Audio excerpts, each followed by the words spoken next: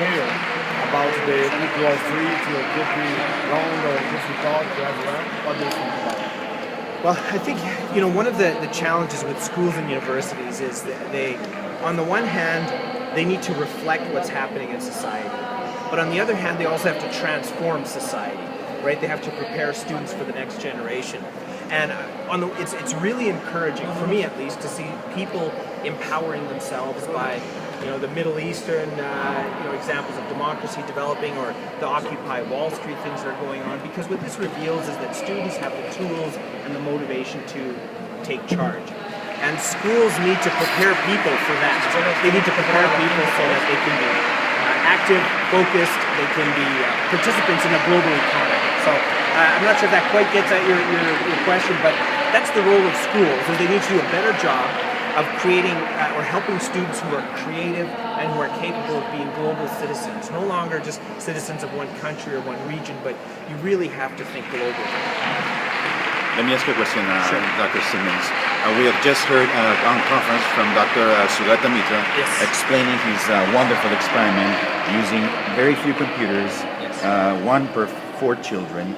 You are mentioning networks. We are talking information, education, technology.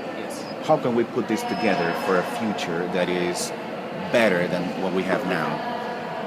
Well, it's a big question, and I don't think we know the answer yet. So I just want to emphasize, one of the big things for us, certainly teachers, educators, university faculty, is to start saying we don't know the answer, but we're going to engage with it together, which means that the group of us connected can find an answer. But one of us individually, so I certainly don't have an answer to what that would look like, but I have a desire to connect with others and to interact with others who also want to address that same problem or that same concern. So I think in some regards, one of the biggest things, and Sugata Mitra with his hole-in-the-wall experiment, he provides, I think, a good overview of how students can teach one another. And the open courses that I've done, I think, provide an indication of how people can self-organize so that they can set up groups to teach one another. So out of thousands of people, how can we get a small group that's willing to connect and to interact? So I think that's sort of been the biggest transition that we need to start doing with schools. So the answer is, the solution doesn't reside in the head of one person. It resides in an entire network of people. There's bits and pieces of the answer, and we have to do a better job of connecting that and bringing those pieces together. Sure. Hello, George. I'm from Argentina. En Argentina hay muchos profesores que la primera impresión sobre el conectivismo es que ponen en un segundo lugar a la persona y en un primer lugar a la tecnología, por el nombre. En tu presentación hiciste mucho énfasis en el lugar de la persona en el conectivismo, ¿sí? Muchos tuiteamos frases acerca de las personas. ¿Qué mensaje tendrías para darle a esas personas que entienden que la persona queda en un segundo lugar?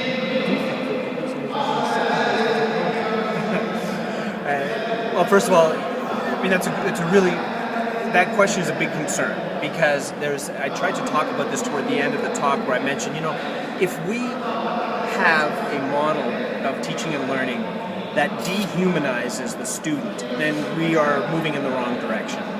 And so the message is that one of the big things, like, technology connects us on many levels.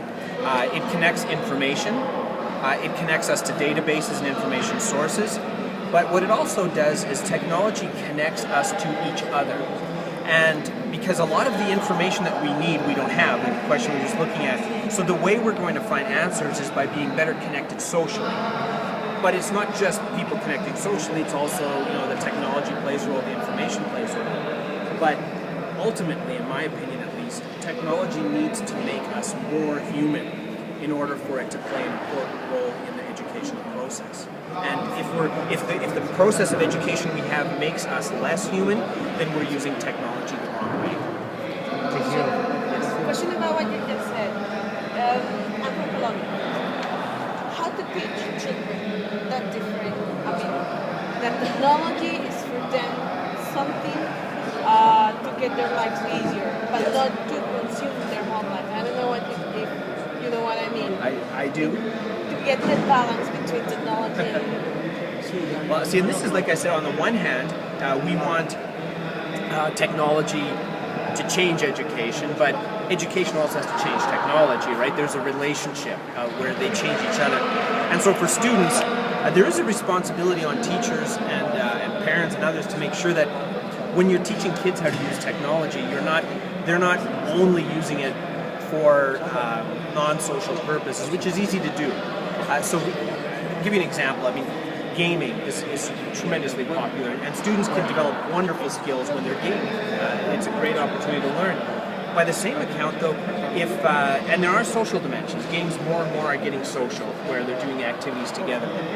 But we also have to look at, well, there's a level of critical thinking that everybody needs to have. So, if you're interacting online, you're on Wikipedia, you're on these different sources, you're using mobile devices, you're getting rumors or information off of Twitter, you have to, I think, as an individual, and the role of the education is to make sure that students have the skills to navigate that information complexity so that they don't trust everything they hear, that they, interact with others about it, that they develop skills around it. So I think that's the job of the schools is, yes, you want to bring in the technology, but you also want to help students understand the role that technology plays in helping us develop our ideas with knowledge. And what about the role of parents then? Well, that's critical. And I'll give you one example.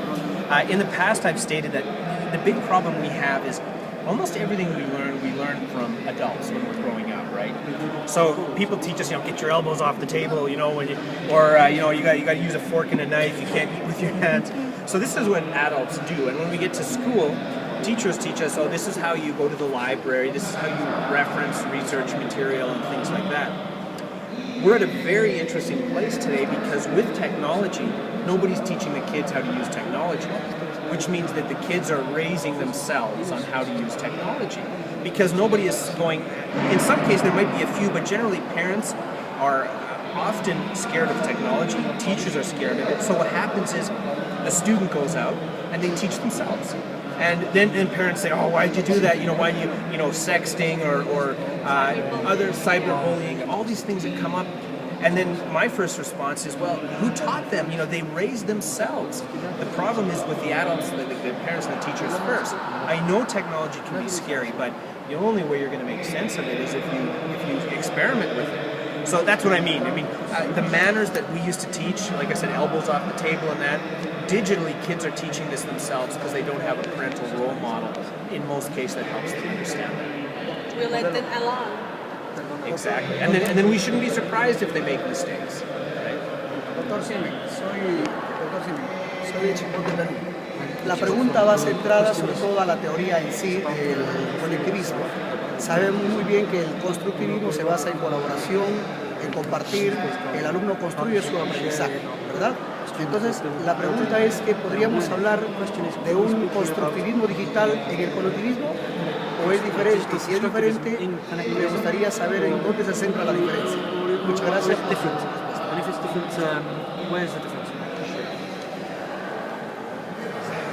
Well, that's a question that's difficult because the first question is what type of constructivism? Constructivism is, I see it now more as a philosophy, a broad philosophy. I think it's an important philosophy, but you see views like Seymour Papper's constructionism. We have social constructivism. We have, you mentioned digital constructivism. We have radical constructivism. So there's so many different kinds of constructivism. So as I mentioned, I see it more so like a philosophy, the way I would describe positivism or post-positivism as a philosophy. Now, what's unique about connectivism, the argument I make, is that it focuses on the connection all the way through. If you want to look at what's the biological basis of learning, I would say, it's a connection. It's neurons in your brain firing and connecting. If you want to say, how do we develop our understanding about a topic, I would say, it's a connection. You have one idea you learn another one, you bring them together, and then that's your understanding. And then if you were to say, well, what about socially? How do we learn socially? I would say, well, again, it's through connections. I meet a few of you at a conference, we connect online, and like email exchange. So once again, that connection is the base. So With connectivism, look at it this way.